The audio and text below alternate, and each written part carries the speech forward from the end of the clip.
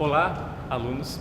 Meu nome é Lorival Pereira, eu sou professor de Biblioteconomia da UFPE e estou aqui com vocês para dar início a essa disciplina Biblioteca Escolar, que está inserida no curso de Multimeios Didáticos. Essa disciplina tem 3 competências. Na primeira competência nós vamos falar um pouco do histórico do livro, da leitura e da escrita. A segunda competência nós vamos falar da organização das bibliotecas, especificamente as escolares, e no terceiro módulo um pouco das ações que podem motivar o uso e a dinamização dessas bibliotecas. Essas 3 competências, na verdade, elas abarcam um pouco do que poderia ser trabalhado dentro de uma biblioteca escolar. Esse primeiro módulo, nós vamos resgatar um pouco do histórico, da razão da existência de uma biblioteca e por que ela tem esse formato hoje.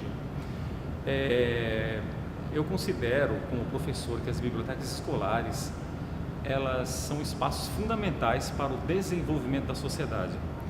Até porque é numa biblioteca escolar que a maioria das crianças e dos adolescentes podem ter acesso a informações variadas, a livros e a leitura. Digamos assim que seria o mundo ideal se as bibliotecas elas fossem respeitadas como valores, como um espaço de informação e de cultura e de educação.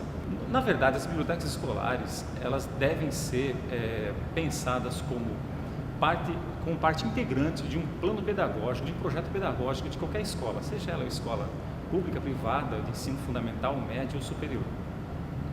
Mas enfim, uma biblioteca escolar, eu pessoalmente acredito muito nesses espaços. Tanto é que minha especialidade é voltada para as bibliotecas escolares. Agora, vamos fazer uma pequena viagem na história para entender alguns elementos que compõem esse espaço. Nós estamos aqui numa biblioteca escolar, estamos vendo livros, alguns livros aqui estão etiquetados, livros são feitos em papel, são lidos muitas vezes silenciosamente. Agora, tudo isso, como tudo nessa vida tem uma história, como que esse livro chegou nesse formato como ele é hoje? É isso que nós vamos ver nessa competência, um pouco da história do livro, da escrita e da leitura.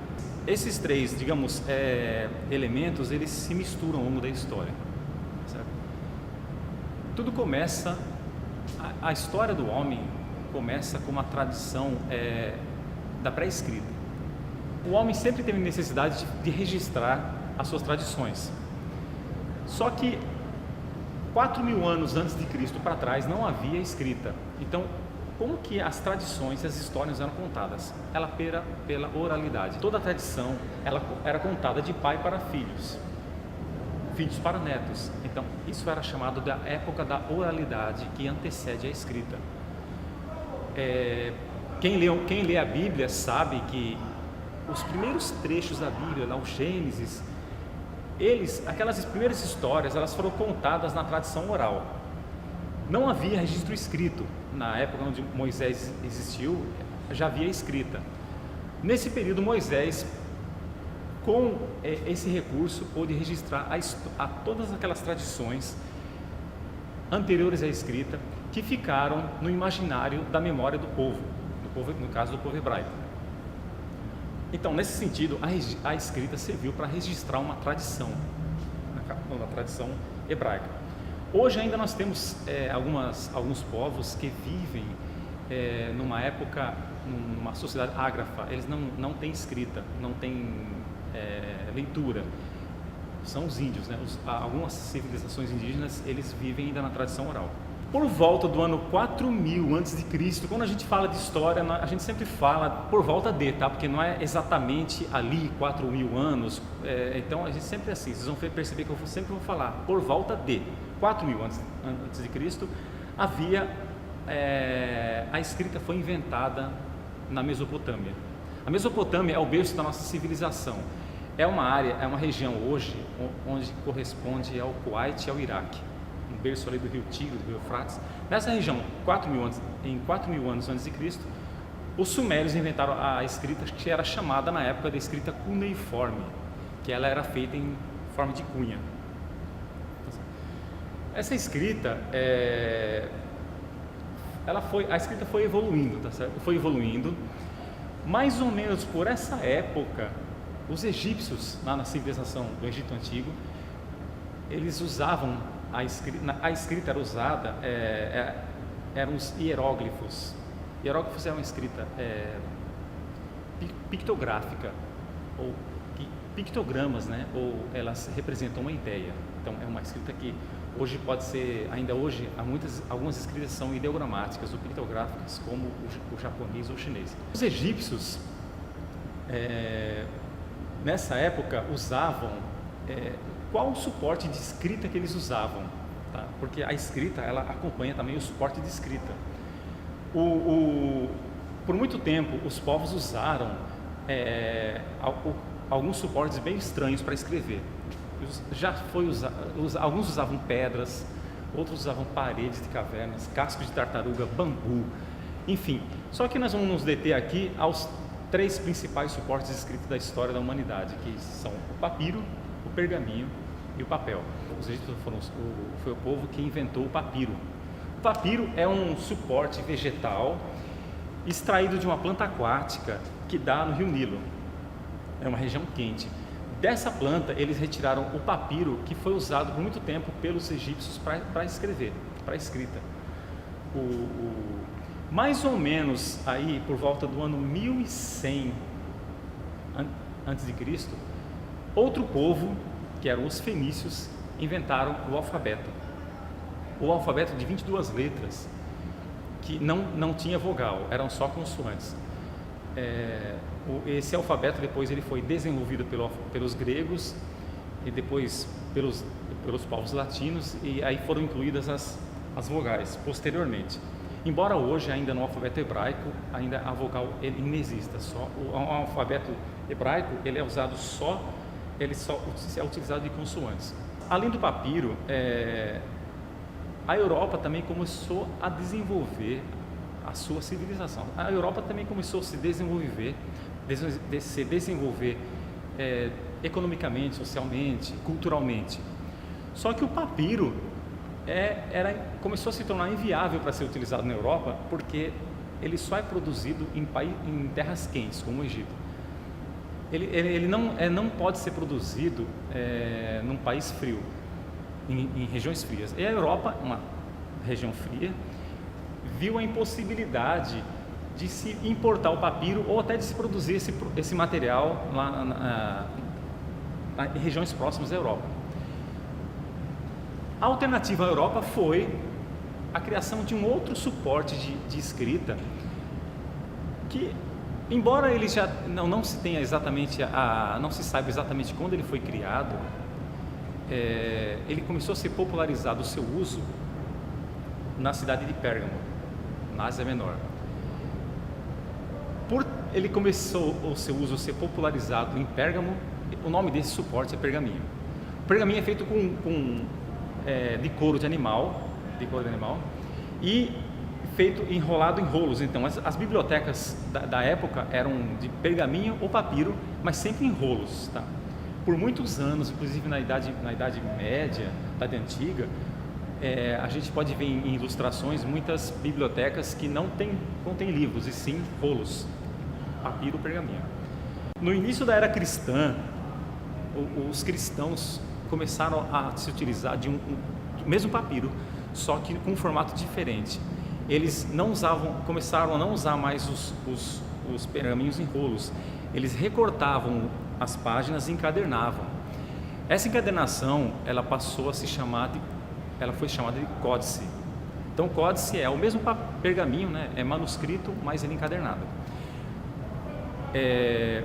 E foi assim, nesse formato, o códice, manuscrito em pergaminho, foi utilizado por séculos pela Europa e o Oriente Médio. O papel, nós falamos do papiro e do pergaminho, mas e o papel, quando ele foi inventado? O papel foi criado na China, no século I depois de Cristo, por Lao Tse Tung. Só que o papel foi criado na China, só que a China era uma civilização naquela época, né, um pouco contato com a Europa, com o Oriente Médio, não se sabia, a Europa não tinha conhecimento da existência do papel. Ele era produzido e utilizado na China, mas não se sabia que não se sabia que existia o papel.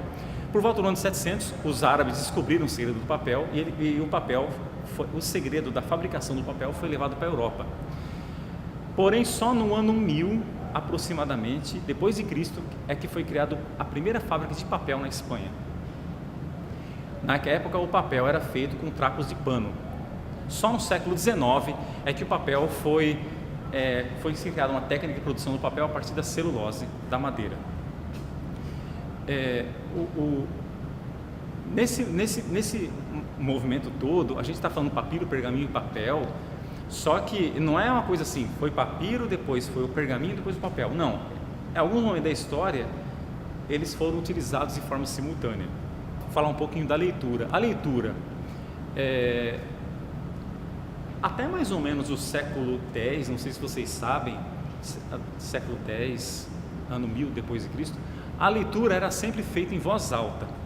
As bibliotecas da época eram lugares barulhentos, então as pessoas liam em voz alta, várias pessoas liam em voz alta. Tanto é que os antigos pergaminhos, eram escritos de forma que as frases e as palavras não tinham separação entre elas. Então o texto era escrito de forma contínua, como é falado. Por quê? A finalidade dos textos era para que eles fossem lidos em voz alta. Só a partir do século X é que a leitura silenciosa aos poucos foi sendo implantada nas bibliotecas e se tornou um costume europeu. Então hoje, quando a gente vê alguns pergaminhos antigos escritos de forma contínua, é porque a finalidade era a leitura em voz alta. Foi a partir de Ambrósio, do século V, e a partir de uma popularização dos escritórios, dos escribas eram pessoas que copiavam os textos, é que a leitura passou a ser silenciosa. E no século XV foi criado, como nós sabemos hoje, foi inventado o livro como nós conhecemos hoje, o livro impresso. Porque até então, até o ano de 1400, todos os livros eram escritos à mão. Só no século XV, por volta de 1450, que um alemão chamado Gutenberg inventou a prensa dos tipos móveis. Essa prensa permitiu que uma mesma matriz desse origem a vários exemplares de um mesmo livro. Assim, se alguém tivesse um livro naquela época e quisesse uma segunda cópia, ele tinha que copiar o livro inteiro. Eram os escribas que faziam isso. A partir de Gutenberg, da invenção da prensa, os livros já eram impressos na máquina, não eram mais manuscritos, sim impressos. Isso serviu muito para alavancar o conhecimento, para disseminar o conhecimento, e até a invenção da prensa e do livro, 1450, marca o fim da Idade das Trevas e o início da Idade Moderna. E hoje nós conhecemos o livro, ele evoluiu até hoje, e hoje nós percebemos o livro em vários formatos. E agora, no final do século XX, foi introduzido no mundo o livro eletrônico, que hoje com um pequeno tablet, um leitor de livros, a gente pode armazenar vários livros e ali fazer a leitura de uma forma mais amigável. Então é mais ou menos isso aqui, a história do livro, da leitura e da escrita, elas se entrelaçam nesse desenvolvimento da sociedade.